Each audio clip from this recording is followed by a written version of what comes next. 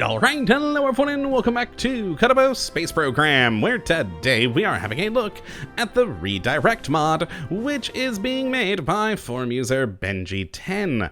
And what this glorious little piece of work looks to add into the game is a series of parts to build a Stockalike, Orion, and Shuttle-Derived launch systems. And it is pretty wonderful with some amazing parts. So let's jump right into the vehicle assembly building and have a look at what we do get. Now let's start by grabbing the Mark 1-3 command pod for size comparison's sake and scroll up because some of these parts are quite large, and then head into our mod filter, just leaving on reDIRECT.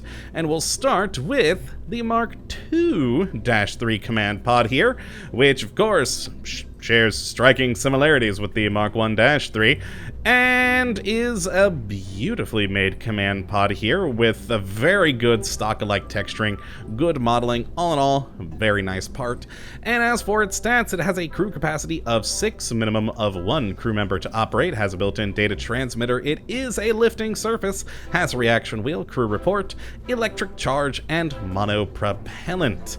Now moving on to fuel tanks, we'll start here with this category with the Mark 2-3 service tank, which of course goes along with our command pod here, and this one will hold a pretty decent amount of electric charge, liquid fuel, monopropellant, and oxidizer.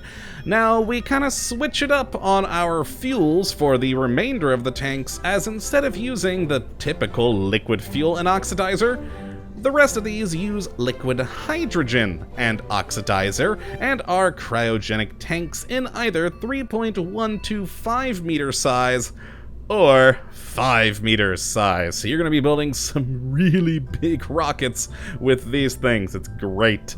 We'll start, of course, with the S231, which is 3.125 meters in size. And it is a pretty large size tank here, holding a whole lot of liquid hydrogen and oxidizer, and we then have basically a half-size version of the tank here, holding roughly as much, a little bit less than half, but close enough. All in all, though, the two together, two very nice tanks. And then moving on to the 5 meter size with the S4-1, we have this tank here, which comes in one of two varieties, either bare foam or painted. We then have a slightly larger version holding, again, liquid hydrogen and oxidizer, and this one only having the one paint scheme and is just ever so slightly larger than the first one here.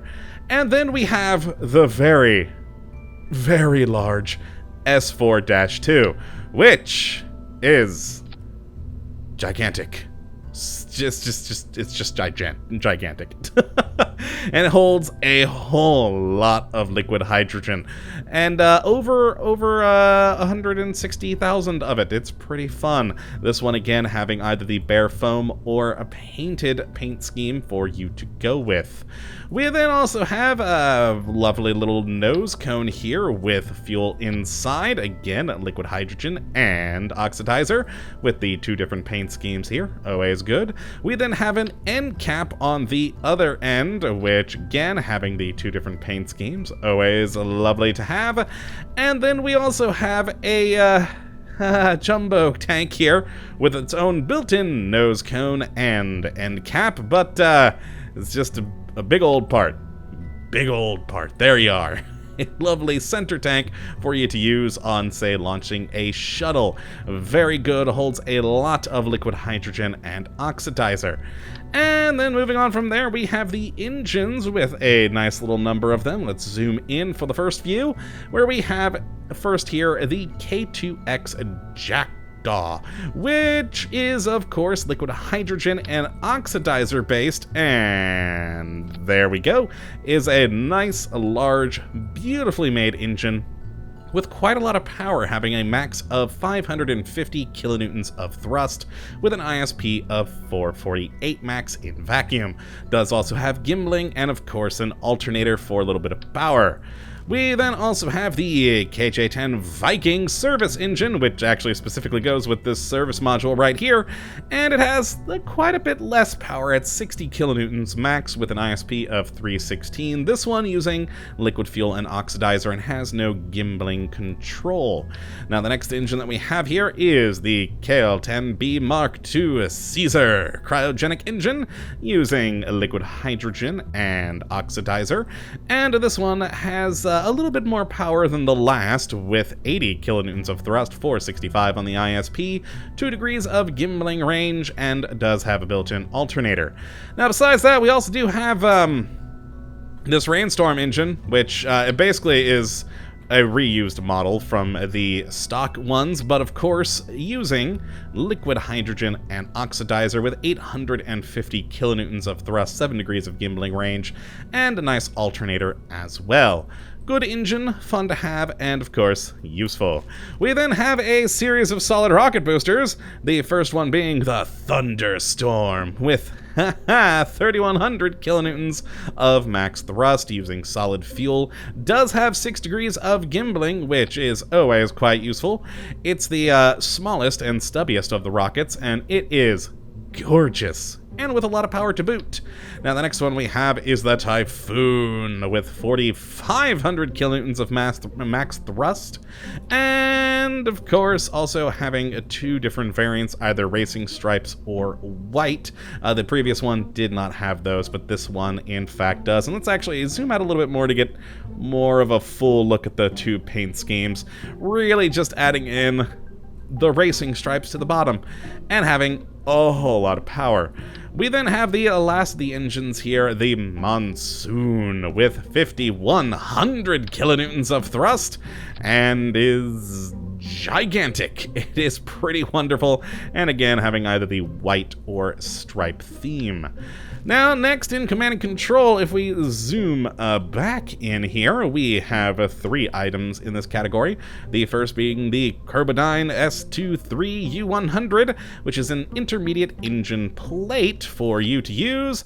Lovely little hollow piece of kit there. Nice look to it. And we then have, of course, this is an Unmanned Command Pod. Forgot to look at its stats here. Has a data transmitter, a probe core, of course, reaction wheel, SAS, and electric charge. We then have 2 different thruster blocks, one being just straight up single directional, and another being bi-directional there with 2 vents going in either direction. Very fun, and always good to have a few extra RCS.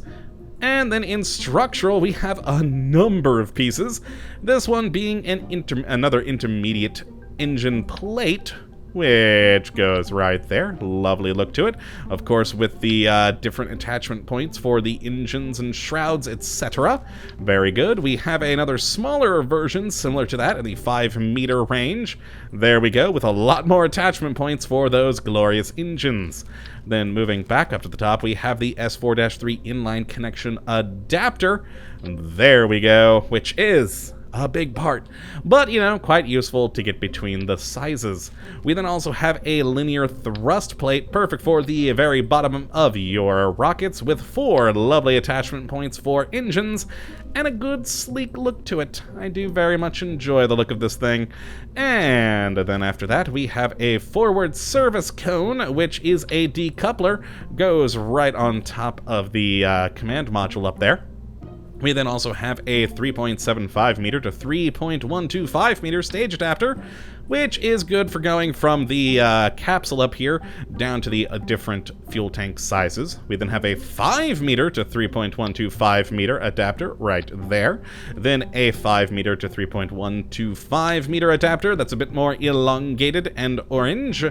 And then a forward structural interface, which is just a thing. It's a plate. It's a solid plate. There you go.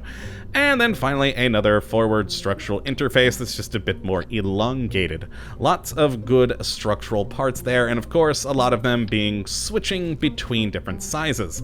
Then in coupling, we have the Mark II-3 pod decoupling avionics ring, which is meant to go between the command pod and this service module down here. But there we are. We then also have the reaction control stack separator, rather, which has built-in RCS S monopropellant, and of course is also a decoupler, and then a just generic large 5-meter size stack separator. There we go. Beautiful! Then in Payload, we have 2 different protective shells for your rockets. We have this one here, which I think is my favorite, just because I kind of like the, there we go, just gonna close that up. I like the sort of open nature of it, just the wire frame, it intrigues me. And then we have a much larger 5-meter shell to cover all of your needs. There we go, it's gigantic. Then in Aerodynamics, we have a nose cone for the top of the solid rocket boosters. We have nothing in ground. We do have in thermal a heat shield for our command pod up there.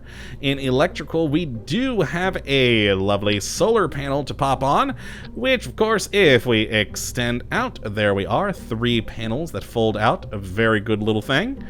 In communication, we got nothing. Science, nothing. And utility, our final part, the launch abort system, which, I mean, I kind of put that nose cone there, so that really doesn't work so much anymore, but there we go, wait, I had it there for a second. There it is, our lovely launch abort system. And those are all the parts for reDIRECT. It has a pretty good series of parts with more to come to add in more interesting craft. But let's actually take a look at a reDIRECT vessel I created earlier, which is just a gigantic 5-meter rocket here with, of course, our command pod tucked away safely inside of a protective shell, and I have no idea if this thing will fly. I threw it together just before making the video to create a rocket with this, so let's hope. I'm pretty sure it will, though, between the 5,100 thrust of this one. Oh wait, no, this is the Typhoon. The Typhoon only had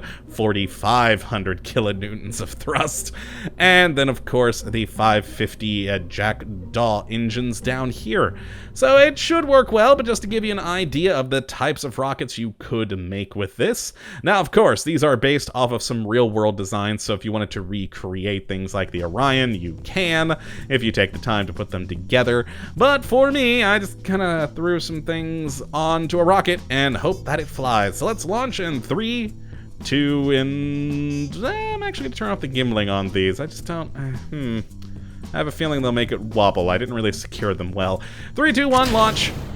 Hey, it took off! And actually, rather quite quickly. Lovely, there we go. We have a functioning rocket. How often can I actually say that in this series? But yes, the reDIRECT mod has a beautiful selection of parts for you to choose from with a whole lot of power to them, a whole lot of fuel, and just really some interesting engines, fuel tanks, different structural bits. I love the new command pod. Again, sadly, there is no interior, so if we switch over to that, wrong button, we just see a void of darkness, but still, you know, it's nice to have a 6-person command pod. Always good. But yes, that is really all I have to show you with this lovely piece of work. So if you'd like to check it out for yourself, which I would definitely recommend you should go and do, you can have a look at the link in the description as per usual. But that is going to be it for today. I hope you all have enjoyed, and that you do come back for the next episode when hopefully we'll be looking at yet another wonderful mod. But until that time, thank you for watching, and as always, have a good one! Later, folks!